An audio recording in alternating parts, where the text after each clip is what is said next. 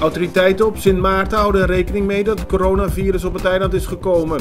Het gaat om een Frans echtpaar dat sinds dit weekend in quarantaine is geplaatst. Het echtpaar had eerder een bezoek gebracht aan het eiland Sint Barts waar hun zoon woont. Daar zijn al 3 gevallen van corona bevestigd. Op Curaçao is er nog geen sprake van een coronabesmetting, maar men wil wel goed voorbereid zijn. Minister van Economische Ontwikkeling Giselle McWilliam heeft dit weekend gesproken met vertegenwoordigers uit de toerismesector over maatregelen die moeten worden genomen zodra het virus zich hier aandient.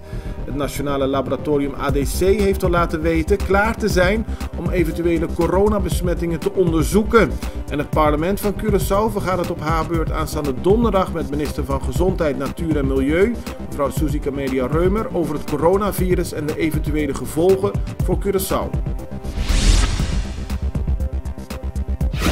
3 Venezolanen zijn dit weekend opgepakt nadat bij een huiszoeking in de wijk Jongbloed drugs en wapens waren aangetroffen.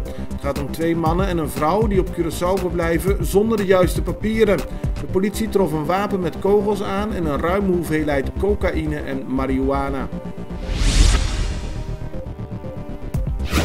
De Isla-raffinaderij heeft dit weekend laten weten dat problemen bij de raffinaderij al vanaf 2018 voor een belangrijk deel te wijten zijn aan de uitval van de Bo-Cru-centrale.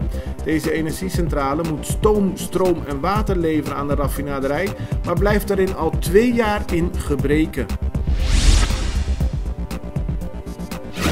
De politie heeft dit weekend een 15-jarige jongen opgepakt. Hij had eerder dit weekend zijn moeder bedreigd en een vriend van zijn moeder met een vuurwapen. Het incident deed zich voor in de Kaya Mata Siguaraya. Op de voorpagina van de Extra staat een grote foto waarop Celicor bezig is stellages weg te halen die gistermiddag nog niet waren opgeruimd. Zoals bekend had iedereen die een stellage langs de carnavalsroute had gebouwd tot zondagmiddag 3 uur om het weer af te breken en op te ruimen. Veel mensen voldeden daaraan. Alle overgebleven stellages werden door Celicor afgebroken en opgeruimd. De eigenaren van die stellages hebben volgend jaar niet weer het recht om op die plek te mogen bouwen. Dit weekend zijn de prijzen uitgereikt voor de beste sporters van 2019. Die voor de beste Curaçaose sportman van afgelopen jaar is uitgereikt aan Shamir Tremes. Hij is biljarter en heeft vorig jaar indruk gemaakt tijdens verschillende internationale toernooien.